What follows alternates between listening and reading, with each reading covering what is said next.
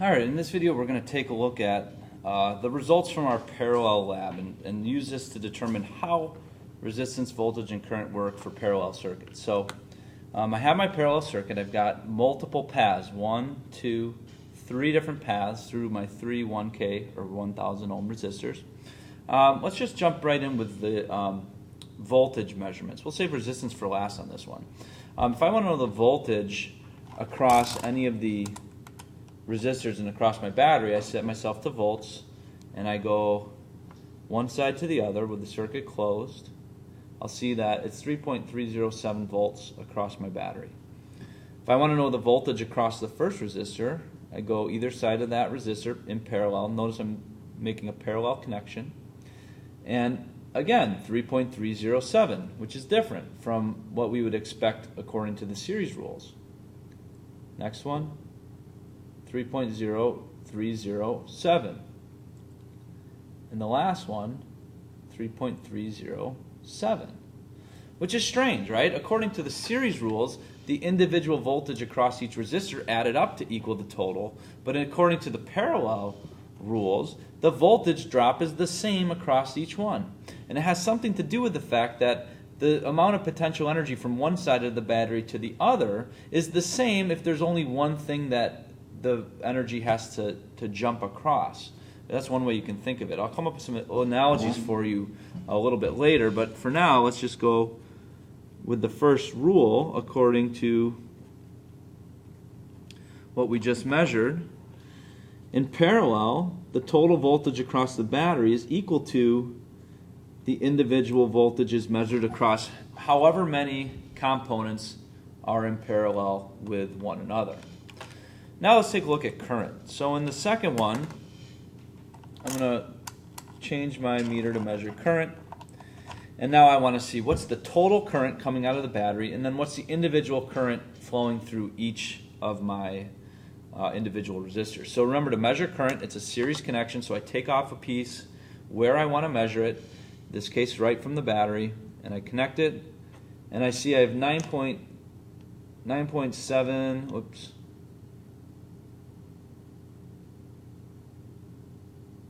so 9.69 milliamps, 9.7 milliamps or so.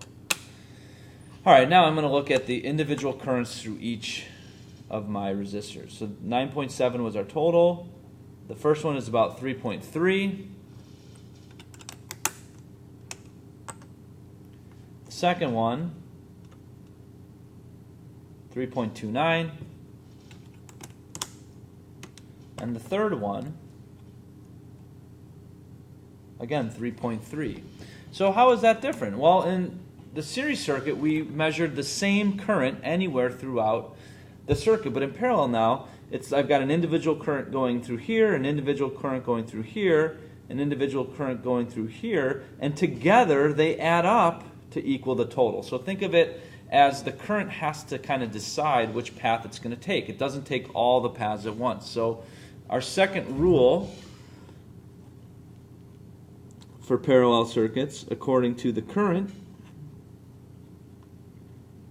is that the total current equals the individual current through each individual component, in this case the 3 resistors. So the difference between parallel circuits and series circuits in terms of voltage and current are really opposite. In series, the individual voltages added up to give you the total, and in parallel, they're all the same. In series, the individual currents were all the same, and now in parallel, they add up to equal the total. So there's our first 2 rules for parallel circuits. Now the third rule in terms of resistance is a little bit trickier to identify, so let's see if we can figure this out. Alright, to measure resistance, I'm going to disconnect my battery, make sure I'm not measuring anything through the battery, so take off one piece. And now I'm going to measure each individual resistor. And you would expect these to be the same as I had before, about 1K or 1000 ohms. 0.995. And then the last one,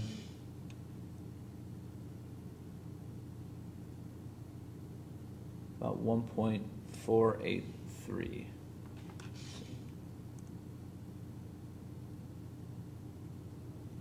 measuring from the wrong spot, wasn't I? Huh, 0.988.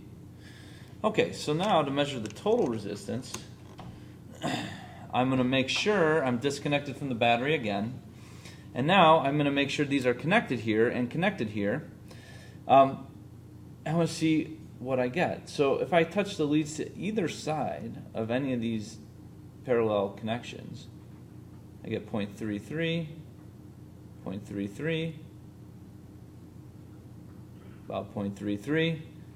So no matter where I put the leads, I'm getting the same total resistance. And now if you look at it, that number is a lot less than what we would expect. In the series circuit, when we put 3 1,000 ohm resistors together in series, we got a 3,000 ohm total resistance, whereas in parallel, we're getting something that's a third the value. So how does this work?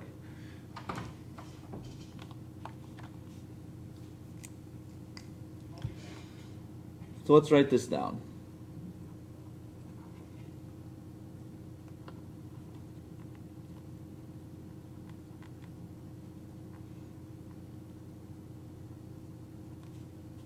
Okay, so there are 3 individual resistances. In series, we found the total resistance would be 3,000, which is just R1 plus R2 plus R3. Now with our parallel data, we get the total resistance was about 330. And these are all ohms. Sorry, I'm neglecting my units. Okay. Which is weird. It's gone down. So I've decreased the resistance by putting these resistors in parallel with one another. Well, how are these things related? That's a little bit of a more complicated relationship, but it turns out that I have an inverse relationship here, where 1 over the total resistance is equal to 1 over R1 plus 1 over R2 plus 1 over R3. Now let's test this out for the data we just got. If each resistor is 1,000 ohms, I have 1 over 1,000 plus 1 over 1,000 plus 1 over 1,000, which gives me 3 over 1,000. Well, if I simplify that, it's approximately equal to 1 over 333 ohms, which in this case is our total resistance. So rule number 3 for parallel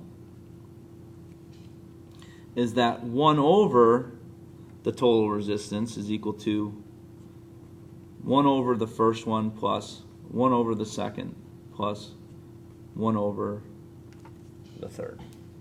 And those are our parallel circuit rules.